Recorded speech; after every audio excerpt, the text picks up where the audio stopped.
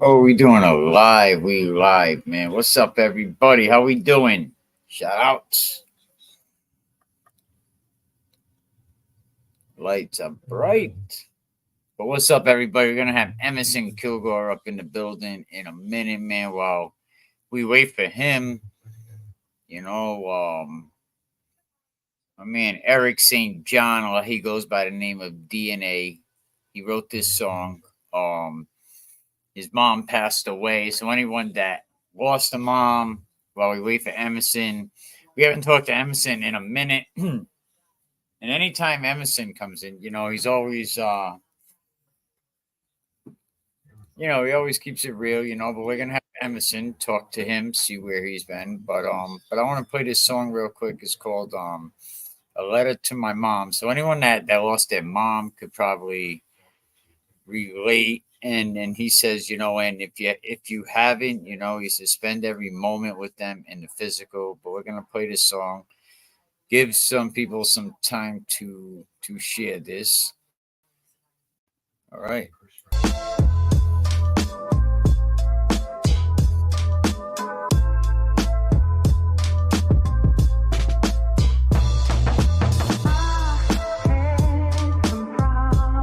This be a letter to my mom.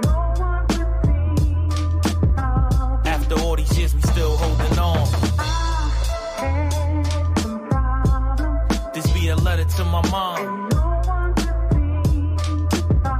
After all these years, we still holding on. Where do I start? You my heart, spent some years in the dark.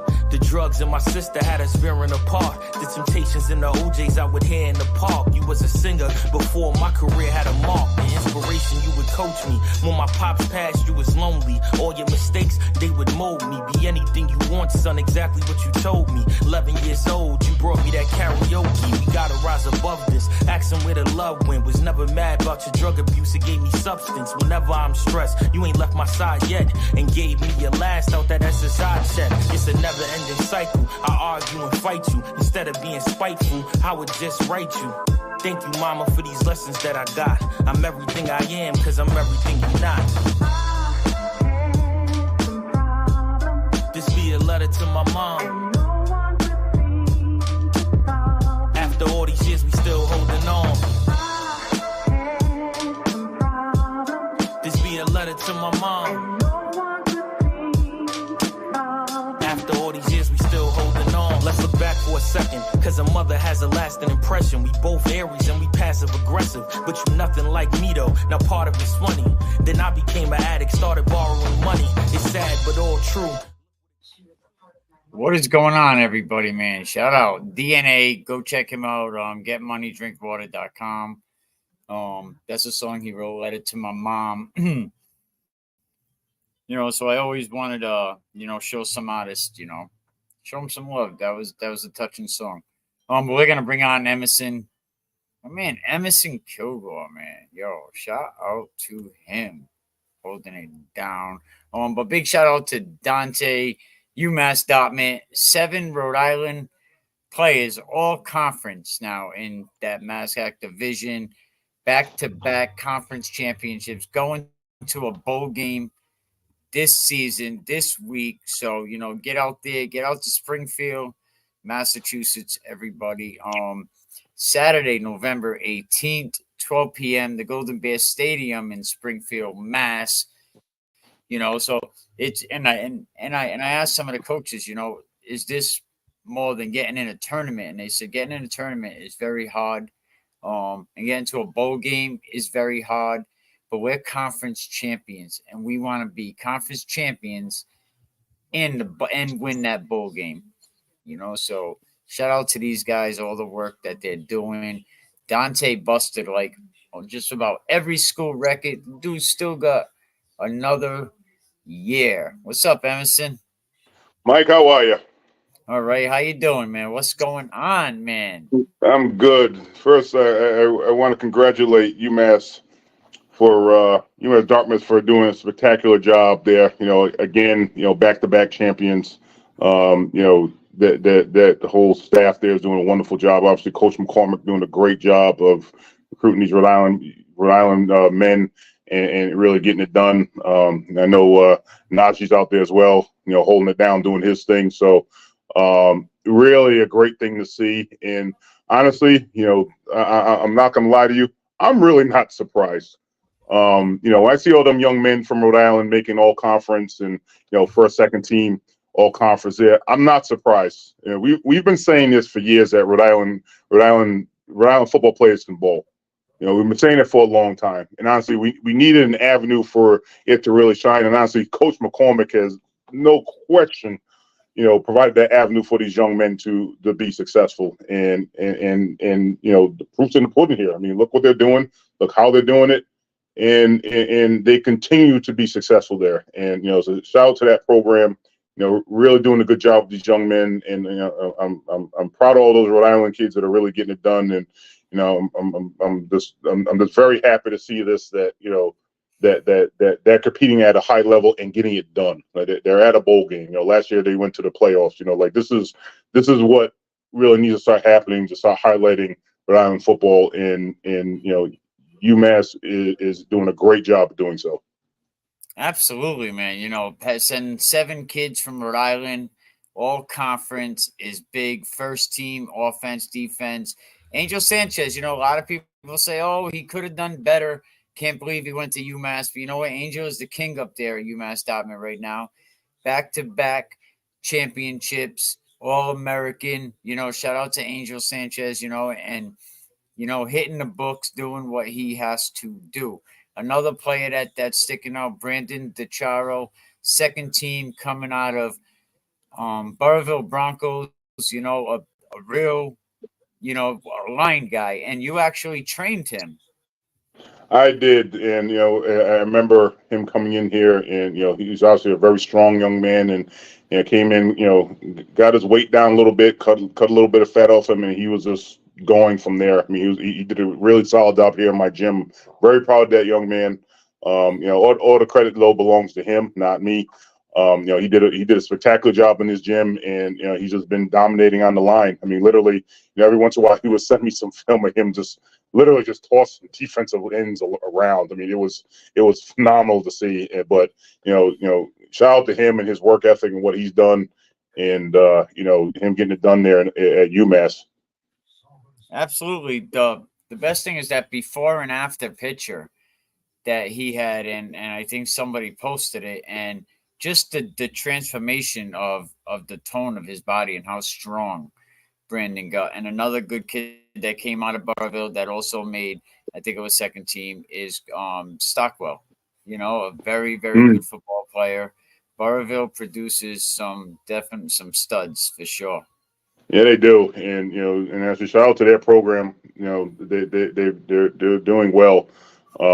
They were, I know they were in the running for a playoff thing like that, and it's good. But yeah, they've definitely produced some really solid athletes, and they're doing a thing at the college level.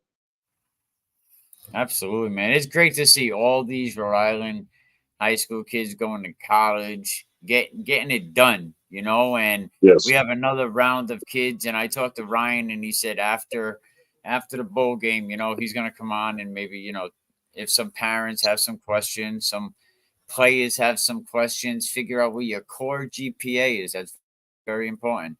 Throw all them elective grades out the window, all them A's that look good, you kind of got to get rid of them. Right. In the gym, the art class, and Coach McCormick said he's going to come on. And if you have any questions, he's definitely out there looking.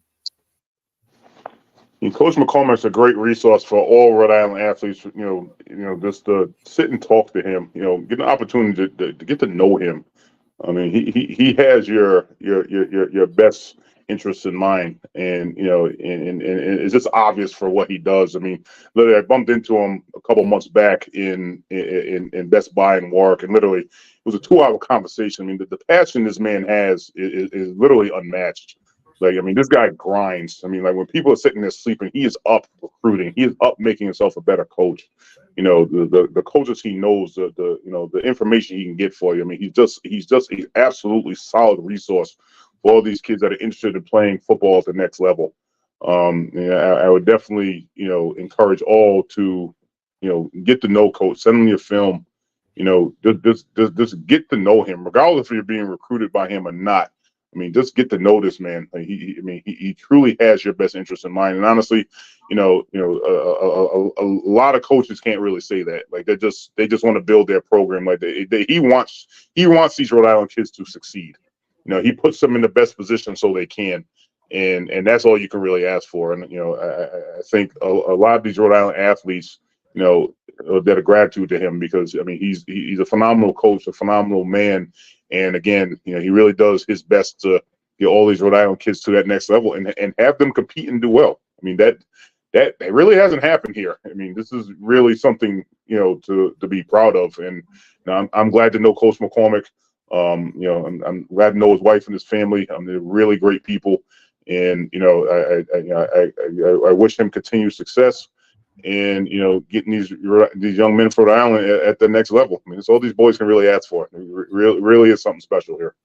And to have 7 Rhode Island kids, out of the however many's chosen, to have 13 from this area, New London, Massachusetts, Rhode Island, but Rhode Island heavy. UMass recruited Right. 50 Rhode Island players this season, and 30 something stuck around. So they average in 25 to 33 Rhode Island football players a year, and they get a bowl game. After the bowl game, they go to the tournament. Right.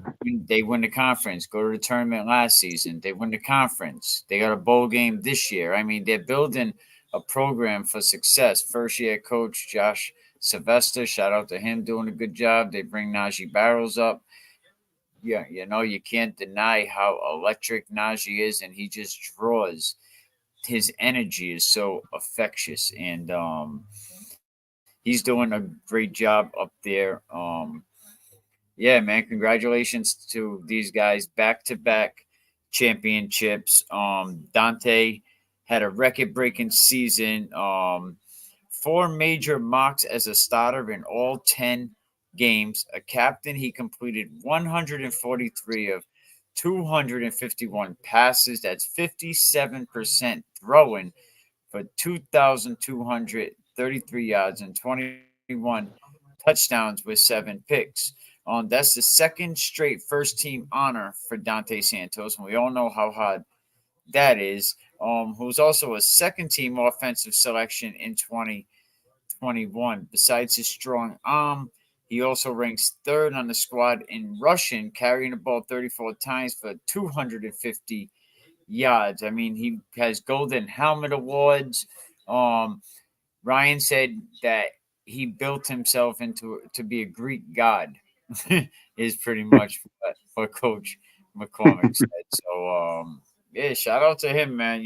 They balling out. They balling. Absolutely.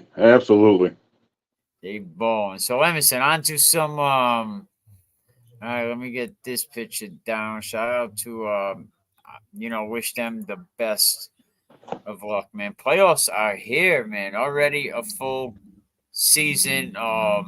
Have you had a chance to watch the first round of the playoffs?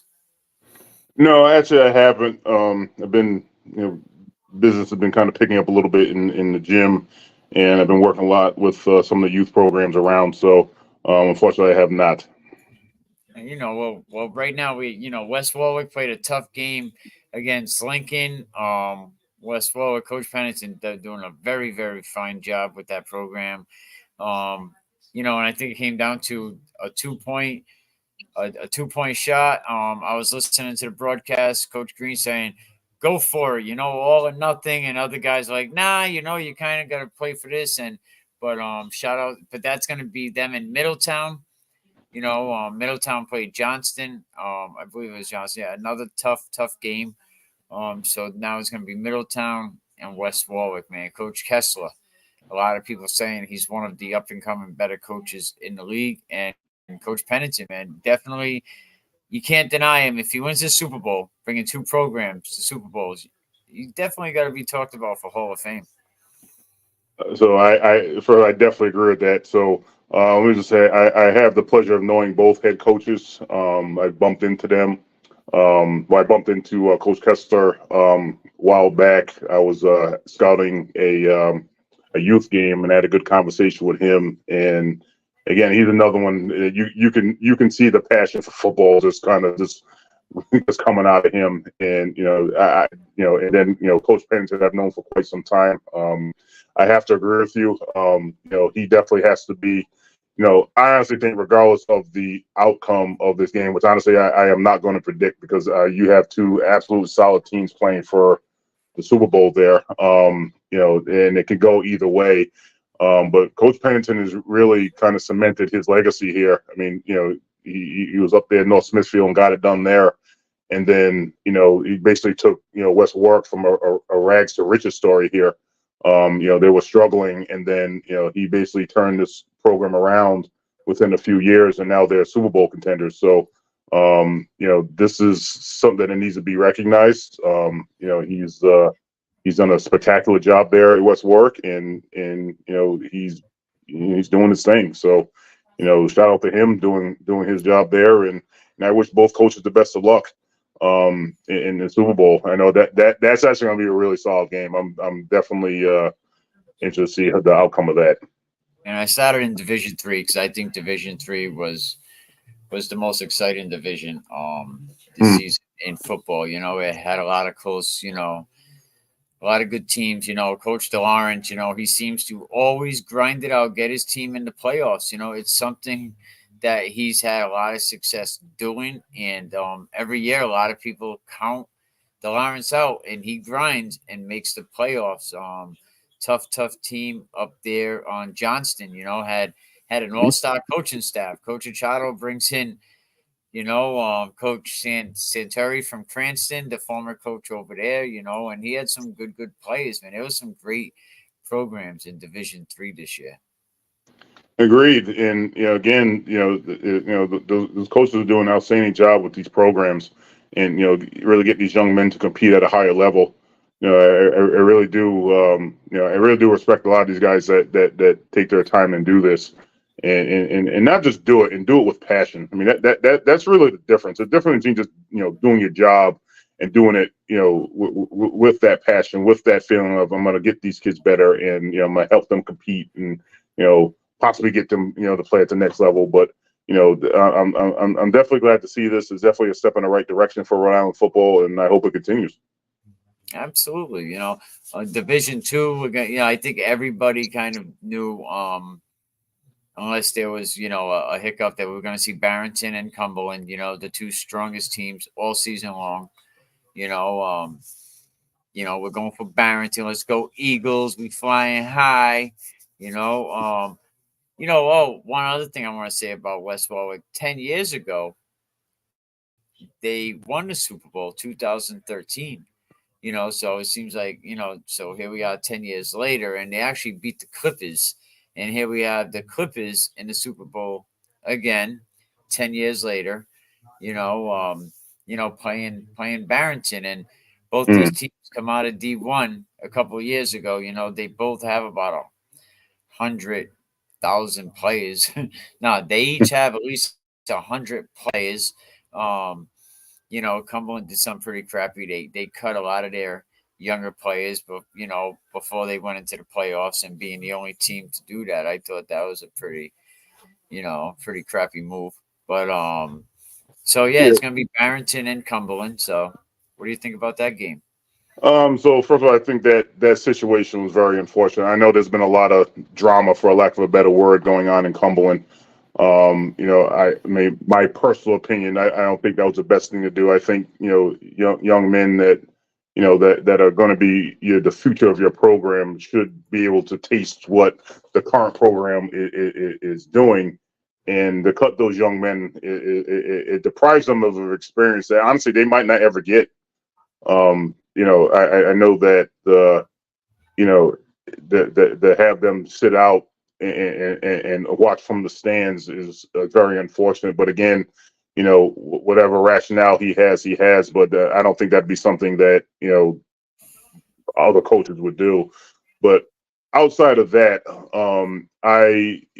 this game, Barrington has been strong all year. If you go back, Barrington was definitely one of the teams I said to watch out for. I kind of saw that, and I saw that coming. I think a lot of other teams that I had mentioned, including Cranston West, are definitely up and coming. I know Cranston West has a lot of good talent coming up, but back to Barrington and Cumberland, I mean, I think it's going to be a fight to the finish. Cumberland is not going to lie down. I think Barrington is strong, and Cumberland's a very scrappy team. You can talk about them, but guess what? They're in the Super Bowl, and the work it takes to get there is a lot. So as much as all the drama going on in Cumberland, I give that coach credit for getting them boys to the Super Bowl. Now, can they pull it off? Can they get it done? Can Barrington get it done? That's going to be the question. I think that's going to be a very tough Super Bowl. And I'm not making any predictions, but I guess that's definitely going to be another good one. Absolutely. Somebody was asking, what's up with the townies, and I would say, I'm kind of a little down on East Providence the last couple of seasons. I thought they would have done a little better with what they had. Shout out to Coach Stringfellow. Heard he's a great guy, wonderful guy. Some people criticize his X's and O's, but every coach, their X's and O's get criticized. But I thought for the weapons they had the last couple of seasons, they would have been a little bit had better results than what they had. I mean, they scored in a lot of games, and they came very, very close. They beat St. Ray's, and then they fall the following week, and up and down. So I'll definitely say this. So I know Coach Stringfield over there at East Providence. I do get an opportunity to speak to a lot of the young men.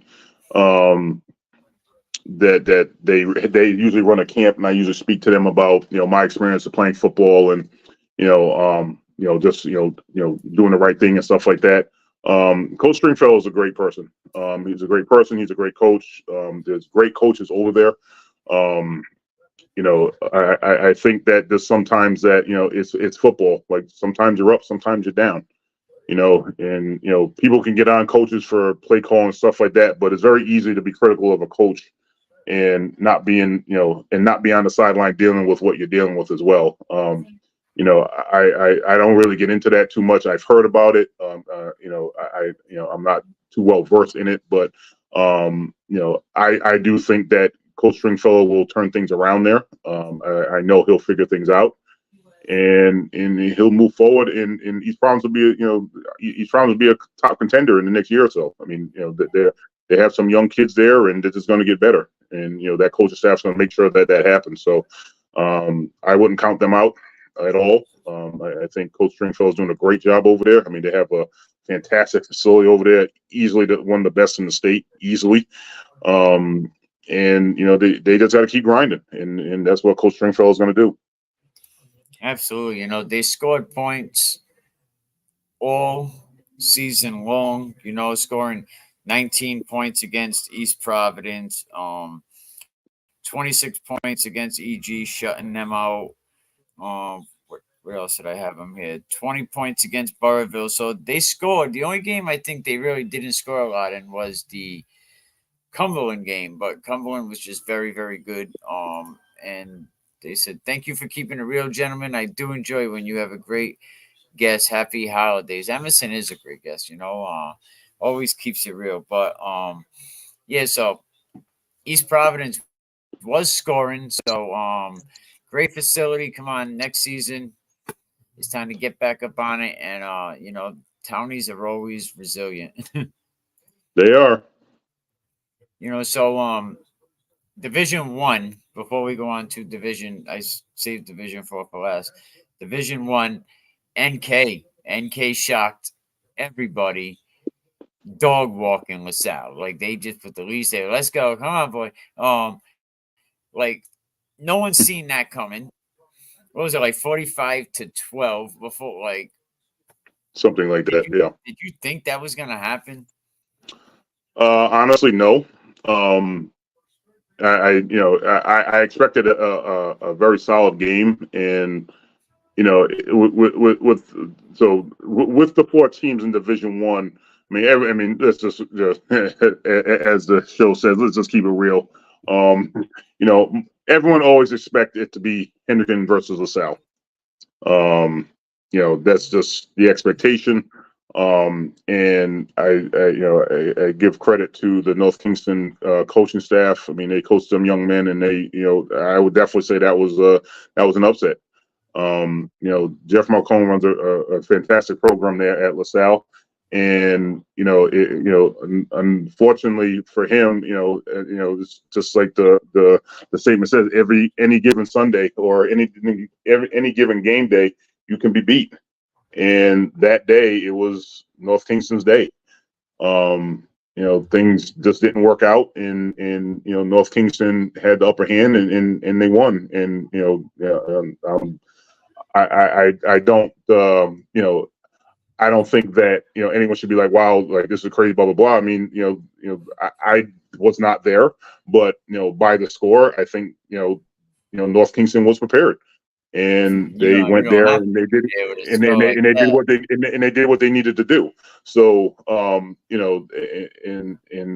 think that LaSalle will look at this film and see what happened, and lick their wounds and be like, okay, you know what, they got us this year, and then they'll start rebuilding immediately for next year, and then we'll see what happens there. I mean, you got to keep in mind, like LaSalle won it all last year, and fell a little bit short this year. But again, it'd be crazy to try to count LaSalle out because this happened. I mean, again, I just think North Kingston was the better team that day, and shout out to them.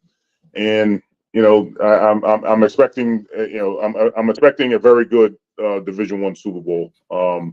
I've heard people say it, and I don't believe it. But Hendricken's going to roll, blah blah blah. And like I said, I don't think so. I think this is going to be, like I said before, it's going to be a fight to the finish. This isn't going to be okay. And a lot of people think this. A lot of people think, okay, Hendricken's going to walk on the field and they're going to win. I know for a fact that's not going to be the case. Like Hendricken's going to have to fight. I know they were battling a lot with Central, and shout out to Coach Washington, what he does over there. And they had to play. Hendricken's going to have to do the same thing if they want to win it. They're not just going to win this because it's a public school versus a private school, and that's kind of the gist I've been getting around certain people I've been talking to. Like, oh, this is going to be a cakewalk. I can tell you right now, I feel it's not going to be a cakewalk, and Hendricken is going to have to work, just like North Kingston's going to have to work. So it's going to be an interesting game. I'm glad to see a public school in the finals. I'll definitely say that, and may the best team win.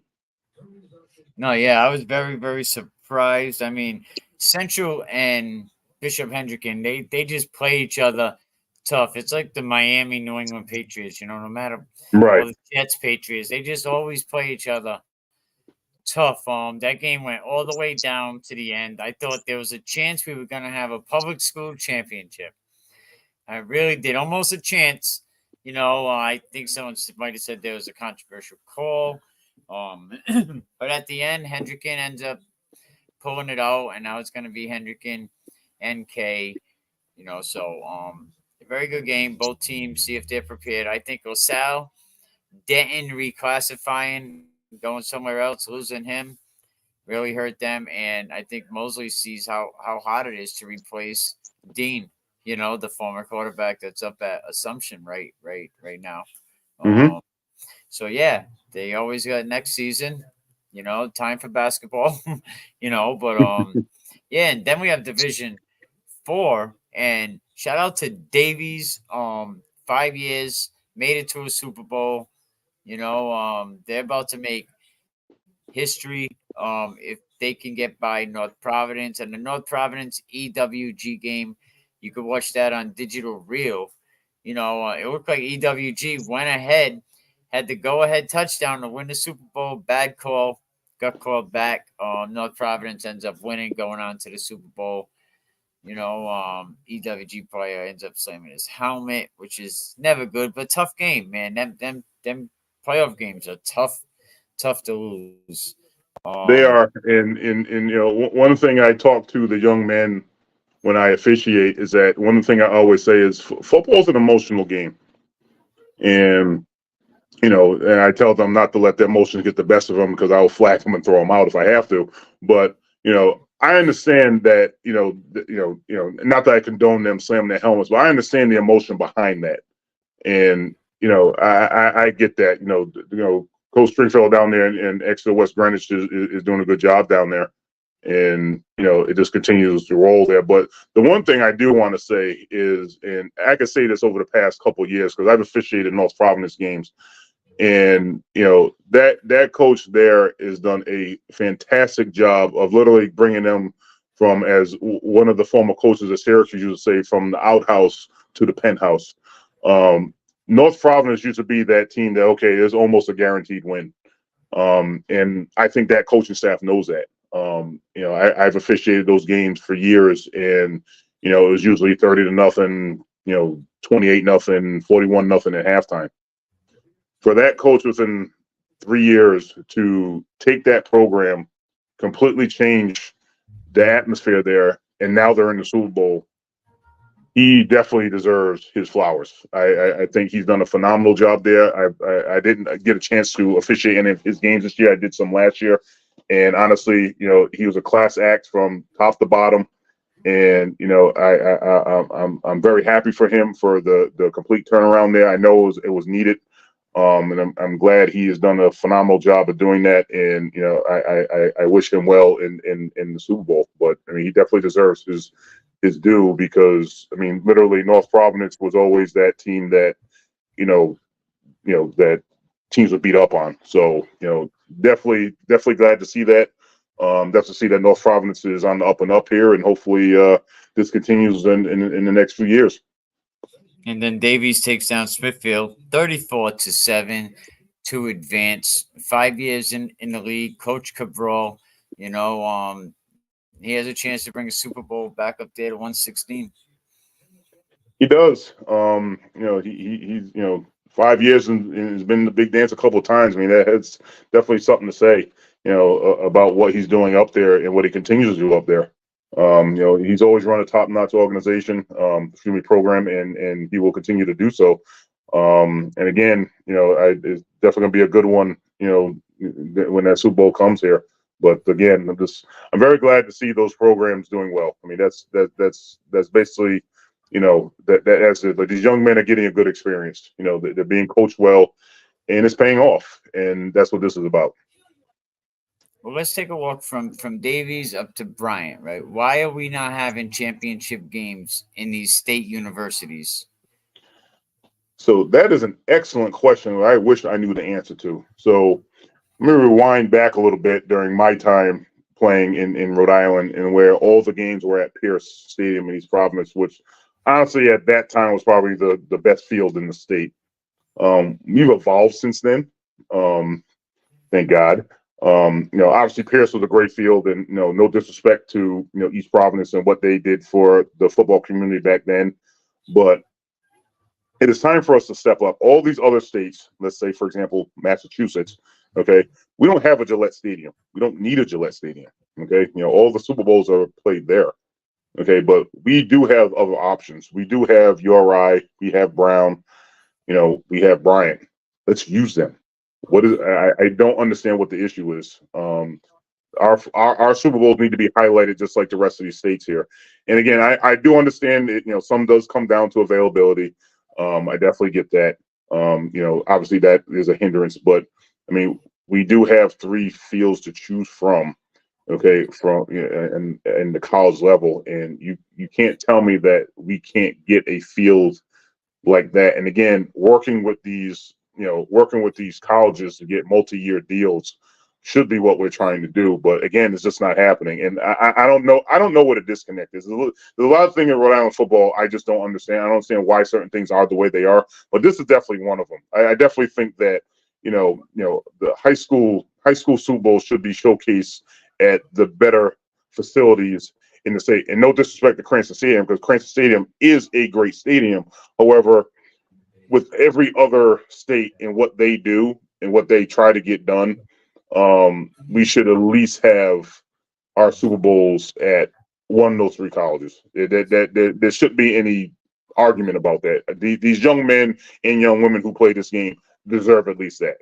If there's something that's not being said or they don't want to work with us, that's one thing. I don't think that's the case. Honestly, I think all these colleges would be happy to have these games here, but I don't know what the disconnect is. I don't know what the deal is. But like I said, at the end of the day, the powers that be need to do a better job. Somebody had mentioned, why do we have, and I don't know if you as an official might notice, why do we have 2 games? We have 4. They have one game on one day, right? And then the other game's on a Saturday. Why don't they have 2 and 2? Is there a reason why you have one game on one day and the rest of the games crammed in to the other day? Honestly, I have no idea. I do feel it should be Super Bowl weekend. They can take this and run with it. I'm absolutely fine with that because, again, it helps the kids. There should be a Super Bowl weekend. It should be Saturday and Sunday. And go about it that way. But again, I honestly don't know. You can do Division 2 and Division 4 one day, and then Division 3 and Division 1 the other day, or and switch it however you want to do it. But again, it just doesn't make any sense. And again, like I said before, the powers that be need to do a better job. Absolutely, man. Emerson, man, coach has been asking where you been. We haven't seen you. where you been? Yo, I gotta say, man, and if I'm lying, I'm dying, right? A lot of coaches say that you and your crew are one of the better crews. They say, yo, you know what? They make mistakes. I ain't even gonna front, but they own them. So first of all, I'd like to thank you for saying that, and for all the coaches who have noticed that and have said that, I want to thank them as well. Unfortunately, I've done all regular season games. I've done all those. And I have one more game. Unfortunately, I have to cancel my Thanksgiving game because of something out of my control. But I have one more game, and that's that. But I've done the regular season, and unfortunately, I was not selected to get a playoff game or a Super Bowl. So at this point, it is what it is. One thing I'm not going to do is beg. One thing I'm not going to do is plead with these guys. I said what I said in the past, and I'm going to move on from that. I'm not the type to sit there and grovel and do all those stuff to get playoff games. Unfortunately, I feel it hurts the organization when they do stuff like this. But again, I'm not in control. I'm not a president, vice president, whatever. And honestly, I'm also really fine with that. I know I do my job well. Okay, and just like you said, I'm not perfect, and neither is anyone else in the organization. And if this is what they want to do, that's absolutely fine. It is what it is. I do the best I can when I get assigned, and that's it. If I'm not going to be assigned, postseason games, then I'm not going to be assigned postseason games. It is what it is. I'm not going to keep going back and forth with folks. I've said what I said, and next year, if it's the same thing, then it's the same thing. It is what it is. I will do my job. I'll do it the way I always do it, with honesty and integrity, and that's that. And let the pieces fall where they may. All I do know is that I appreciate the fact that coaches have been talking about me and talking about me in a positive light and my crew.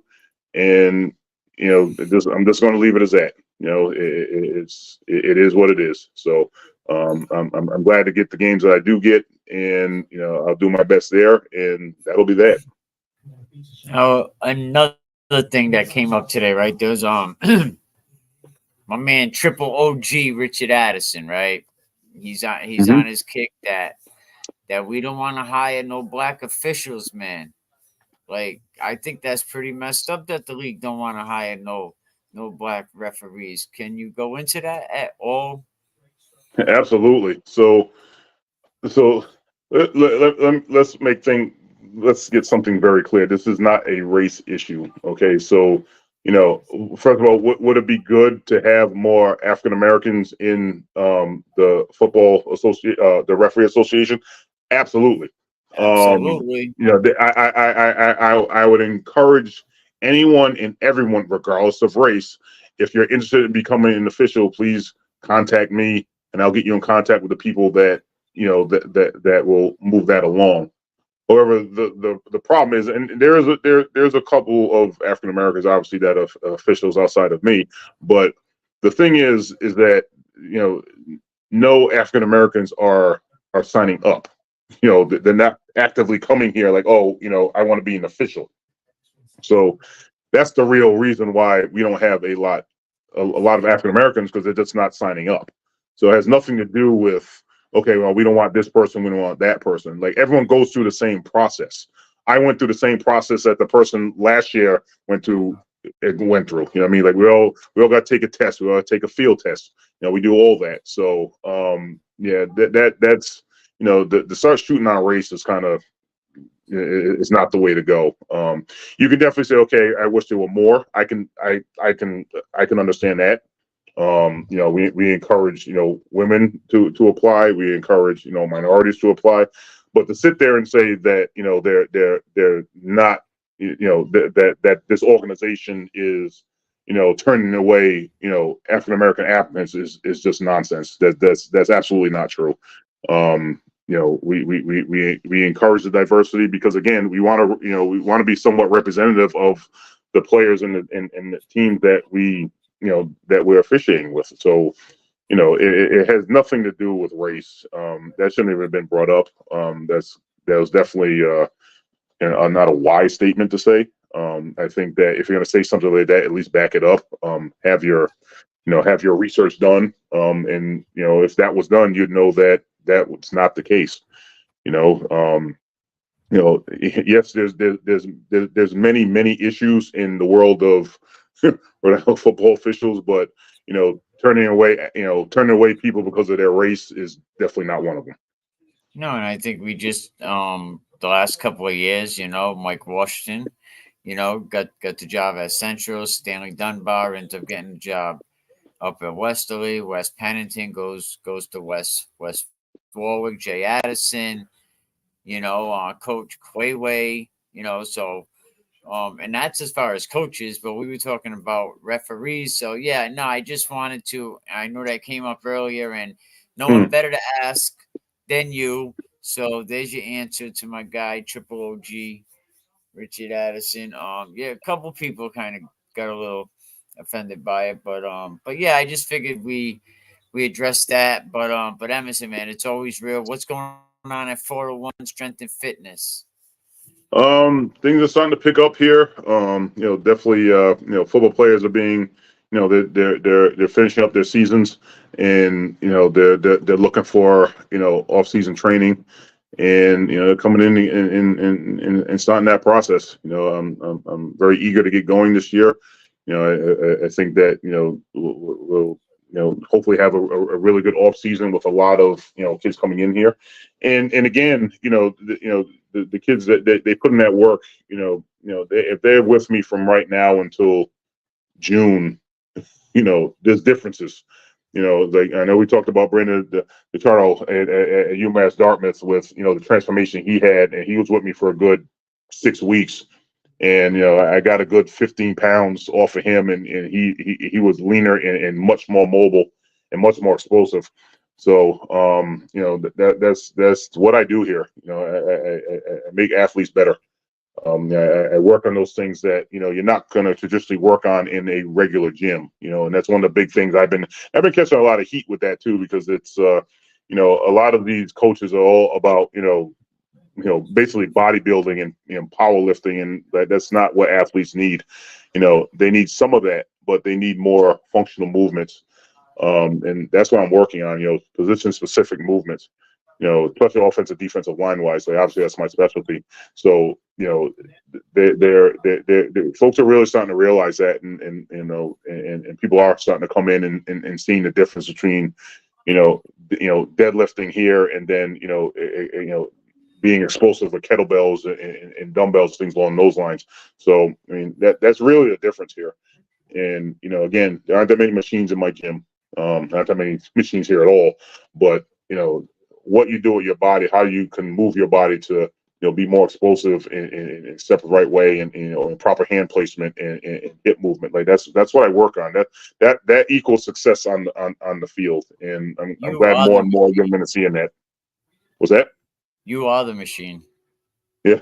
Well, thanks. You know? So, but no, like I said, it's really, I'm really happy to see a lot of more of these young men and young ladies coming in here and getting it done, wanting to be better, wanting to be better than competition. And this really gives them their edge. Coach McCormick just sent me this. If you're in the Massachusetts area, there's a new 4-year scholarship, right, for low income people that covers full tuition, fees, as well as food and housing. Is called the Founders Scholarship, and he thinks soon it's actually gonna be. Rhode Island is also going to have something similar. There's a lot of programs for low income.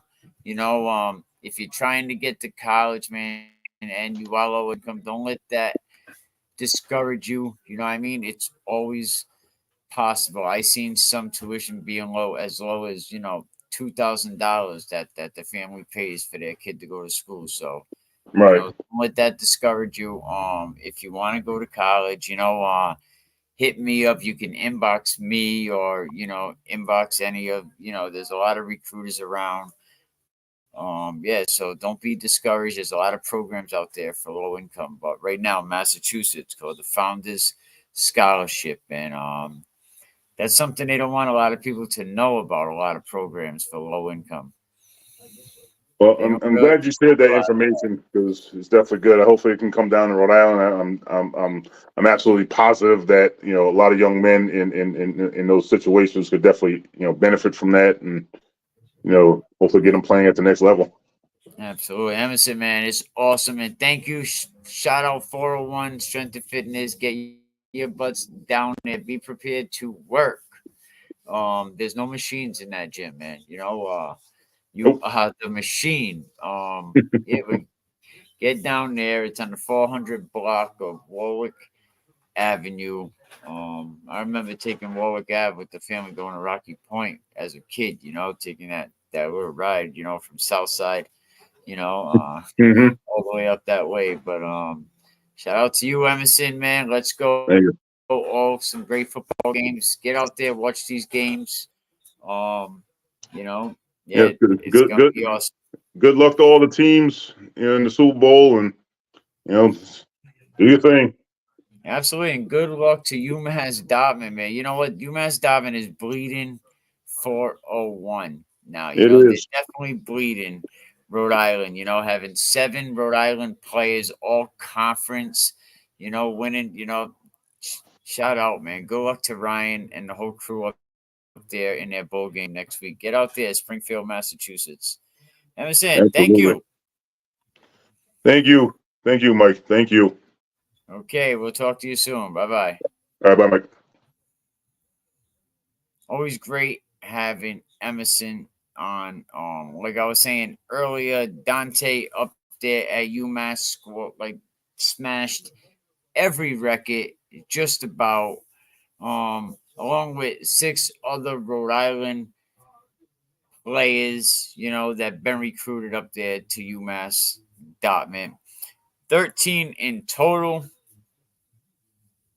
I mean, give up from New London, players from all over the place. Burrville Broncos, DeCharo, Stockwell, doing their thing. Of course, you can't have a list without Angel Sanchez on the list. Shout out to him. Yeah, and Dante just crushing the competition over there. It was amazing the stats that Dante had repeats as offensive player of the year, golden helmet awards this season. What a record breaking season. They said he broke 4 major marks as a starter for all 10 games.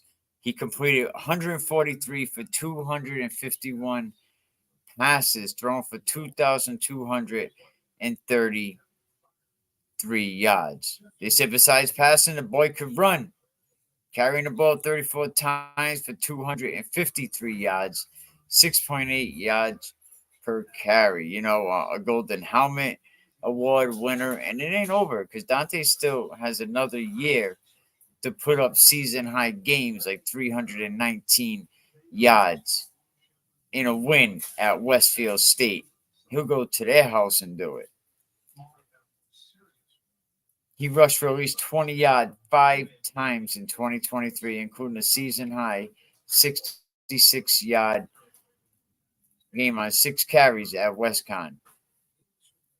Dante is someone that Ryan McCormick says is built like a Greek god.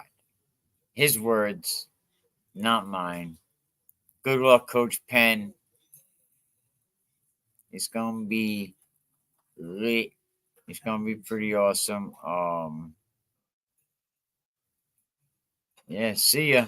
We don't do no talking, we know what they do for the viewers. If I took a loss, no, I got it all back. They just wanna talk, so we gonna talk facts. Got it out the mud, got it out the mud. Really on the blood, really on the blood. Yeah, they know it's on, yeah, they know it's on. That's the bad guy. Bad guy, bad guy. That's the bad guy. The bad guy. The bad guy. Commission, the bad guy.